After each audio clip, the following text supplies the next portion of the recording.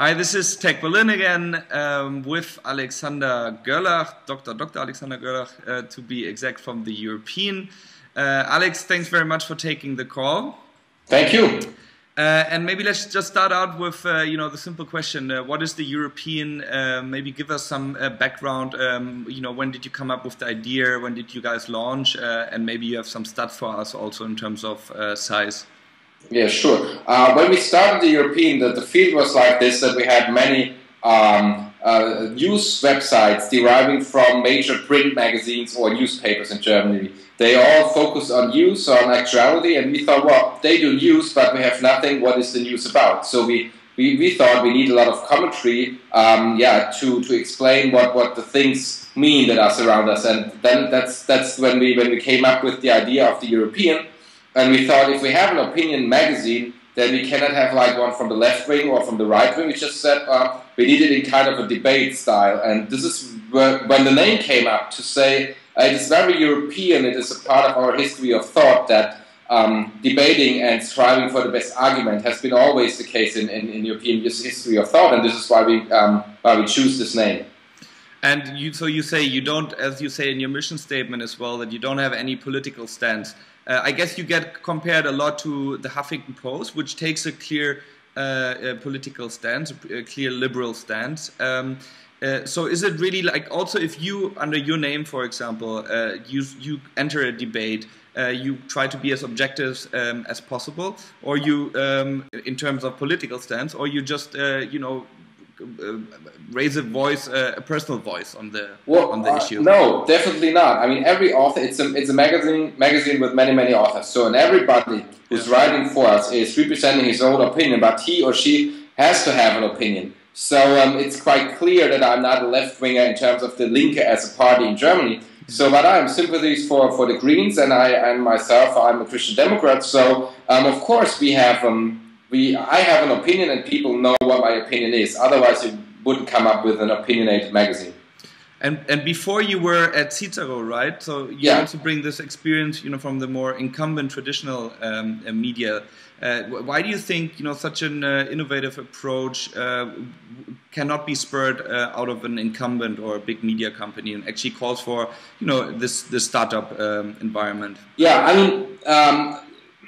What you said, you compared it with the Huffington Post, and I combined it with your second question. The HuffPo is started in another context, and media in the United States, they aggregate a lot, and we have a cooperation with the Huffington Post on our English site. So they had a different kind of model, and they also went on general interest. It's like okay, they might be more on the left wing, that might be their home, but still they are general interest.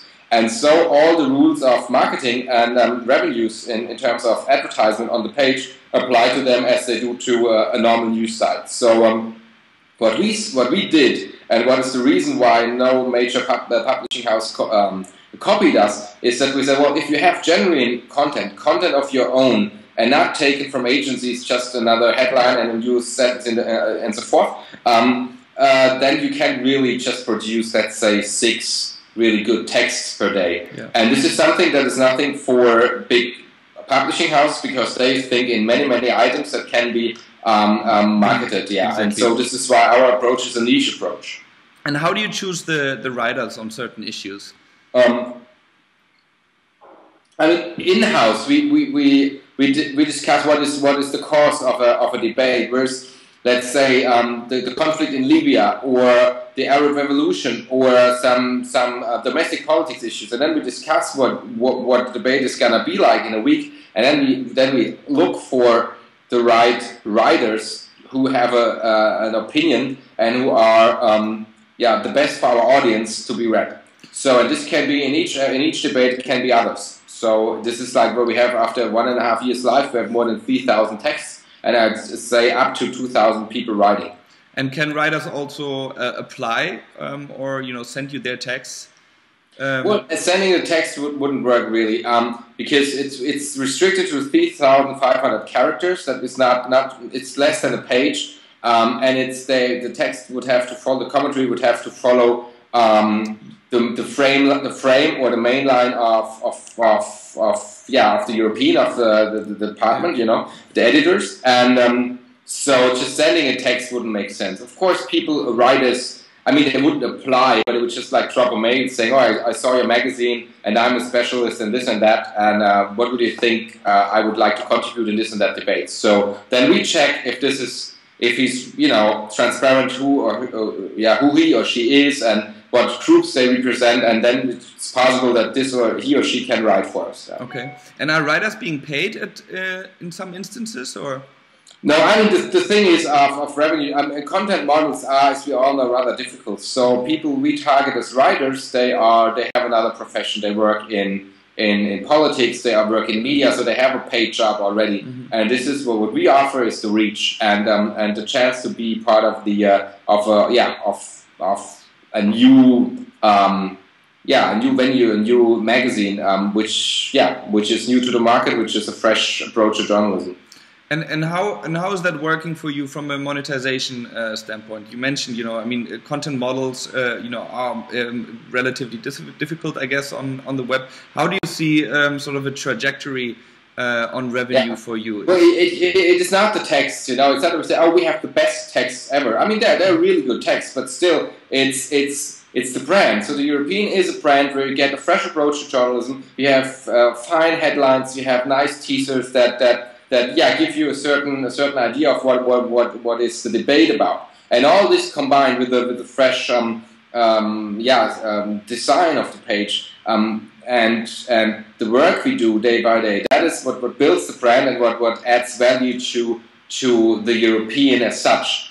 We would never have said, oh, this text is so gorgeous. You never find any text like that all over the place. So, in terms of revenue, of course, we have, as I said, we have a nice design on the page. It is very attractive to major brands to make image advertisement. It's not necessarily a click advertisement; it's just like integrating the brands into this magazine. Then we have advertorials or verticals that are clearly advertisement, but still they are close to the look and feel of the magazine. And besides that, we do events with partners, they pay for us, or we have separated from the magazine a consulting unit that helps companies and institutions to find everything. Okay. And what is your personal goal now with the European? You want to create a long-standing independent magazine, or would you like to see in the future maybe emerging with one of the big media houses?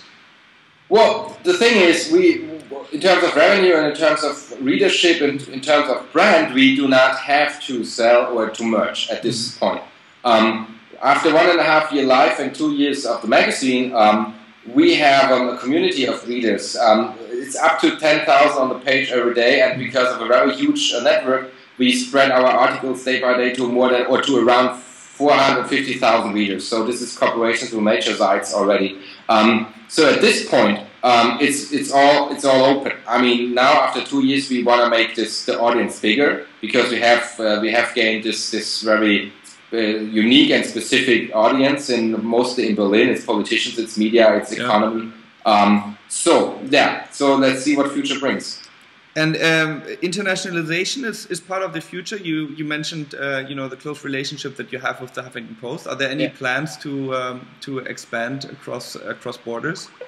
Well, I mean, having an English version is the start, right? So having the Huffington Post and as a partner is one of the best things that can happen to you. Not only because in terms of reach, but also in terms of visibility, in terms of being acknowledged as a new media entity. So yeah, generally speaking, yes, we could have more partnerships with other English-speaking pages. And personally, what was your most favorite debate so far on the? European? That is interesting. I mean, what was it actually? I mean, we have a huge debate about a new meaning of growth. We all know that our means of doing economy is at stake, or is from an old world when there were just like 2 billion people living on the planet. Now it's 8, we will be 10. We can't just like go on as we did in the past. And it's interesting to see that it's not an ideological kind of thing. It really affects every level of our living and our self and our identity. So it's not just we need the poor to have something to eat. It's really how we produce and how we measure success. It's always kind of in a line that goes up. And if you just say, well, but this meaning of growth is not sustainable anymore. So this is a very, very interesting debate which is still going on the page. And one of the current debates, what do you think is the most debatable thing right now? I've seen. Well, in terms of domestic politics, is we really discuss the parliamentary system in this country, and it's very interesting that the Western countries discuss whether or not they should keep this representative democracy, as we call it. And on the other side, we see the Arab countries that really want to adopt this kind of system. So we think, well, parties are so old-fashioned. They say, well, we want to have parties, we want to have civil society. And on this continent, having the name the European, it's very interesting to see that we have like the European Union as an entity that has power, that has attained power, and we speak of liquid power, so going from national parliaments to another one. Well, this European level is shaped by the executive, by the governments, and not by parliaments. So we really have a how can I say that it's a period, or a threshold period, so to say, where our political system is changing. Mm-hmm. I guess this could be inviting now to join the debate, but unfortunately our time is limited. So I gotta cut off here in the terms of speak about the European, and maybe have one or two questions on Berlin, since TechBerlin wants to highlight Berlin as a startup capital, an aspiring startup capital here in Europe. Yeah. So what is your own personal experience launching a startup, a brand here in Berlin? What do you see as the key challenges and benefits that you were faced? I mean, the city is young, is huge, is fresh, and up to now, rents were low and the cost of living were low. We see at this moment a change in that. However, I can't really see and define definitely what is the case so far. Newspapers report that the rent's going up and stuff, but still, and we are in the Hackescher Markt, which is in the very center, and we are surrounded by many startups, and this is a new industry, and for Germans, industry is such a thing where you have in the end a car or a washing machine or something like that. And we all speak now for 2 decades. Politicians speak for 2 decades about a service society, but still we are not service driven. And e-commerce and many startups they provide services. And I think this is a big moment for this country to see that these services can apply to other markets, to other countries, and is a factor for the stability, the growth, and the wealth of this country. Great. And finally, on a more personal note, if you recommend 2 things, one favorite spot that you recommend to tourists visiting the city, or when you have friends go by. I'm sure you have your own little list, like we all do, when friends ask for things to do. And then secondly, what is your favorite hangout, restaurant, bar, etc.? Oh, well, the spot. I mean, which spot would that be? I go to the restaurant because I really like the Goerlach restaurant in Mitte. I know everybody says, "Oh, it's so posh and it's in every guide," but still, they have they have a great service. They have great food. It's a great atmosphere. Of course, you have the chance to sit at the next table to Robert Bedford and all that. Yeah. Unfortunately, or fortunately for somebody being there very often, it's not really open to tourists who look like tourists. Yeah. You have to know that, but so this is still my favorite restaurant, I have to say. And what is my favorite spot that is very interesting? I really like the Museum Island around the corner, but you have to be there in the morning. Yeah. Because after, let's say 9 o'clock, it's overcrowded by tourists. But this Wilhelminian kind of 150-year-old buildings, this ensemble that represents really the spirit of this city when it has been the capital of Russia. Yeah, it's fantastic. Well, thank you very much, Alexander. Thanks for taking the call. Take care. Bye.